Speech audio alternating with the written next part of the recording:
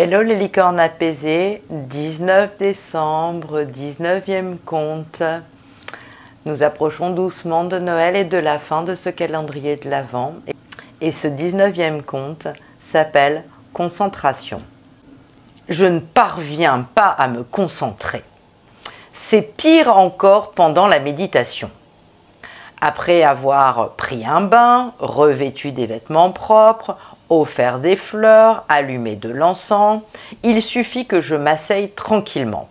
C'est le moment que choisit mon esprit pour gambader dans tous les sens. Le maître écoute le disciple se plaindre encore une fois des difficultés éprouvées. Puis, les yeux mi-clos, il demande « Où va gambader ton esprit ?» Swamiji, je pense à ma vache, à sa bonhomie, à ce que nous avons vécu ensemble, au pré, au bois, où nous avons cherché de l'herbe tendre, de l'eau pure qui donne à son lait ce reflet de miel.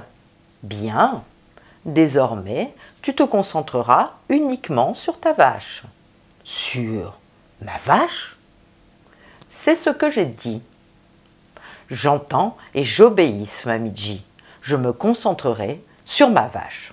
Le disciple rentre chez lui, prend un bain, revêt des vêtements blancs qui sentent bon l'herbe et le vent, offre un chapelet de fleurs et un pot de beurre au dieu Krishna, l'ami des vachers, puis il allume l'encens, attache à un pieu la corde de sa vache au milieu du champ, là où l'herbe est grasse et savoureuse.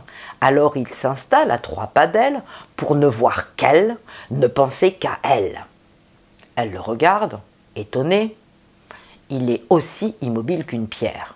Elle tire sur sa corde pour s'approcher de lui, espérant une caresse sur son museau.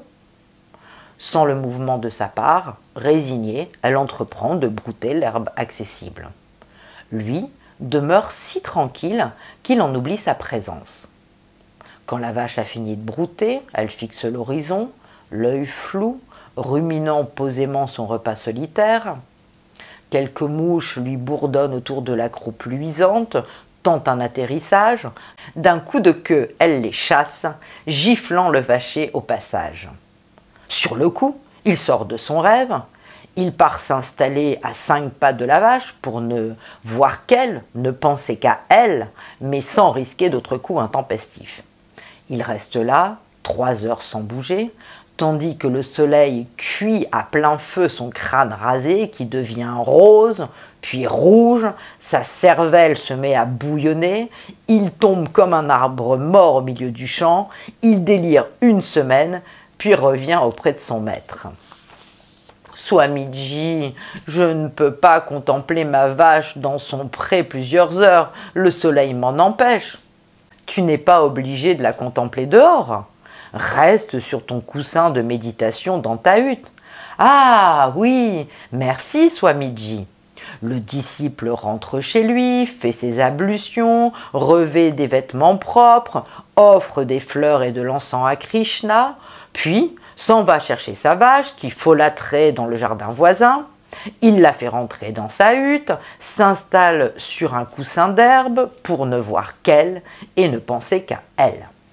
La vache regarde autour d'elle fort étonnée, enjambe plusieurs fois le vacher en tentant de trouver un endroit plaisant, puis entreprend de dévorer la seule herbe du lieu, celle du coussin d'herbe sur lequel est assis le vacher. Le vacher se met à rire, l'herbe le chatouille, et comme il ne tient plus en équilibre que sur une fesse, il se trouve bientôt basculé, cul par-dessus tête.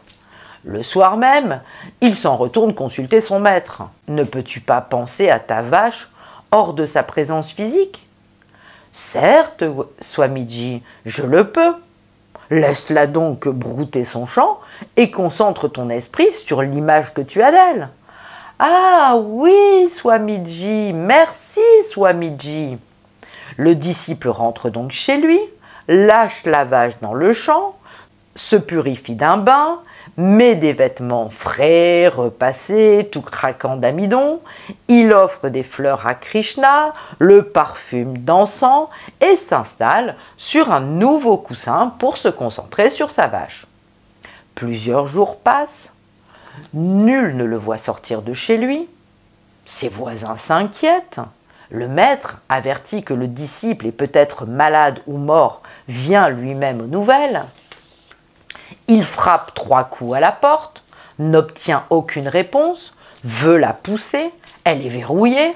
Il appelle son disciple qui, entendant sa voix, sort de sa longue contemplation. « Oui, maître. »« Que fais-tu donc?